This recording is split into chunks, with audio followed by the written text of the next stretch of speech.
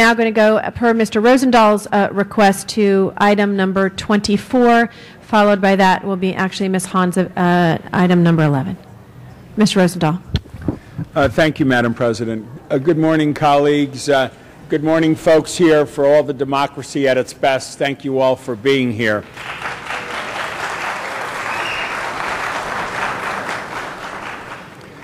We're talking about an issue that is worldwide, and it has to do with Iraq to prevent the persecution of lesbian, gay, bisexual, and transgender people.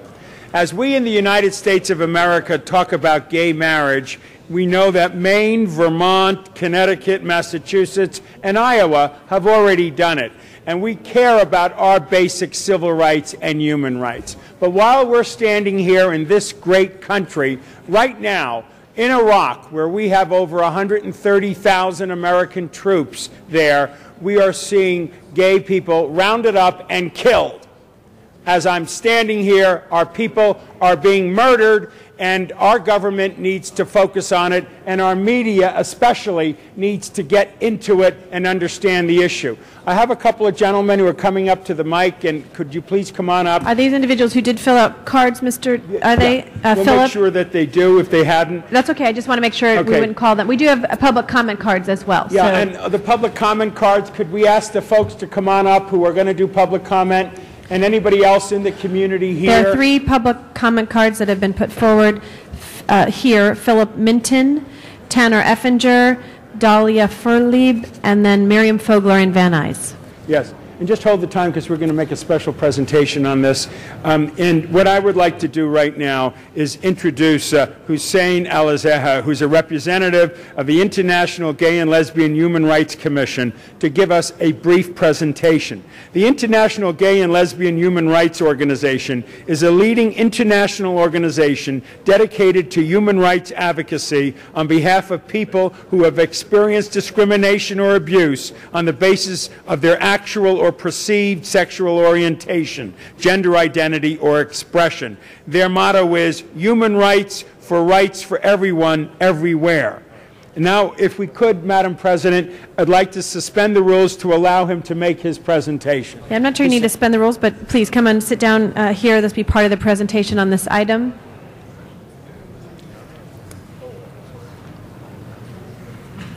And I ask the folks in the audience to indulge me on this. I know we have some serious union issues at the airport. We have a pipeline that we want to see get built. But this is a human rights issue that right now, as I'm standing here, my people are being killed.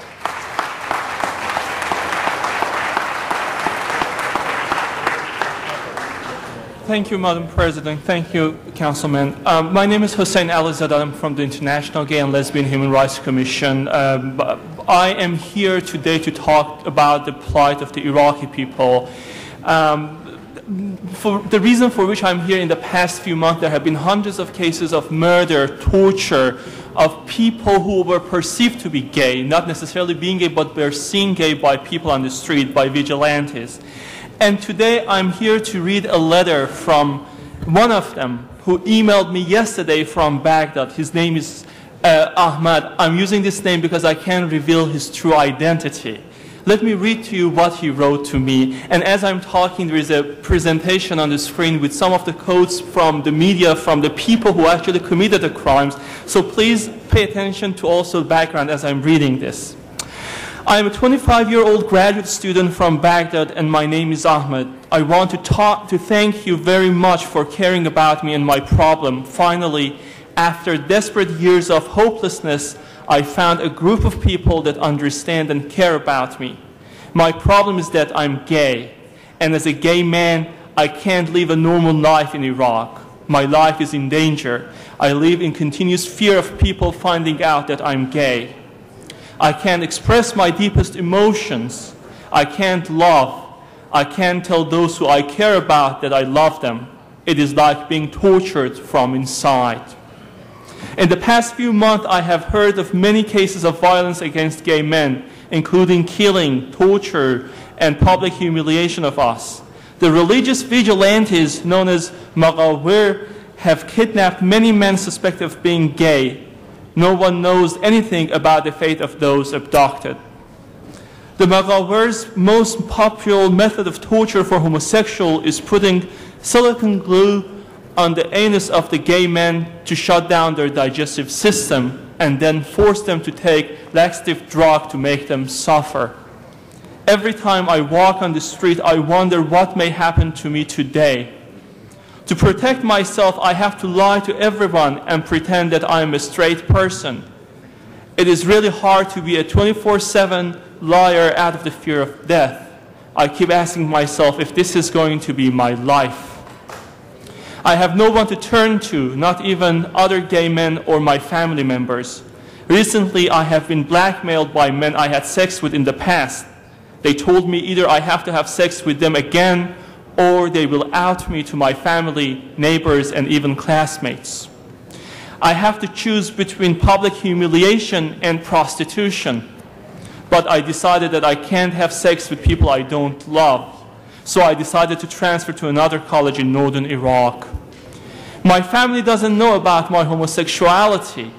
If they find out, they will disown me because I will become a disgrace to them. They may even try to kill me to protect their honor. I always have to pretend in front of my family that I'm normal. But like any other straight man, my family wants me to marry a woman.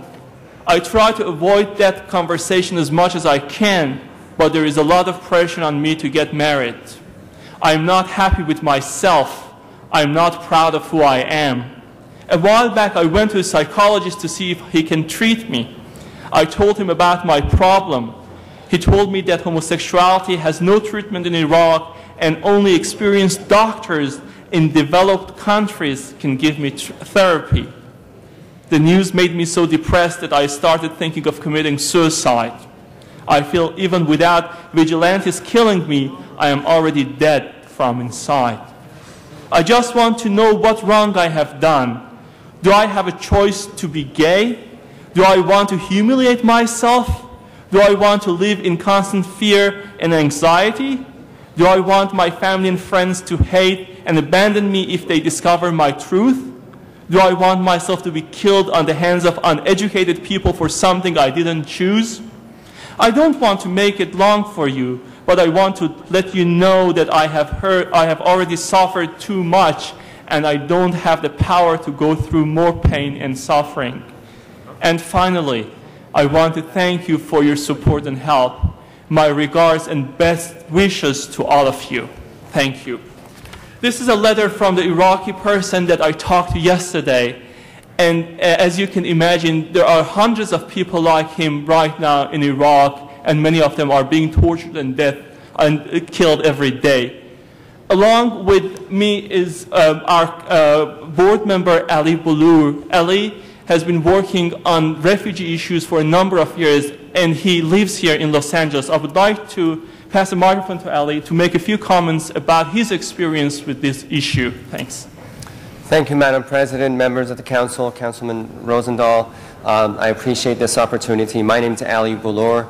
I'm the co-chair of the International Gay and Lesbian Human Rights Commission, who is based out of New York. I do live in Los Angeles. We have several board members in Los Angeles who unfortunately are not present today. But I'm here today to express just one sentiment. I've been working human rights asylum cases for gay, lesbian, bisexual, and transgender folks from all over the world. And after almost 13 years in being in this business, I seriously thought that I've seen it all.